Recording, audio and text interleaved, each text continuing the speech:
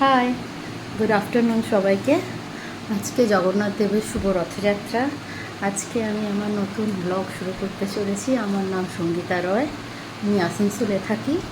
তোমরা প্লিজ সবাই আমাকে সাপোর্ট করো, আমি আস্তে আস্তে ব্লগ দেব। আজকে যেহেতু জগন্নাথ দেবের শুভ রথযাত্রা, তাই বাড়িতে সামান্য ছোট্ট করে একটু পুজো হয়েছে, সেই পুজোর ব্লগটা তোমাদের সাথে আমি শেয়ার করব।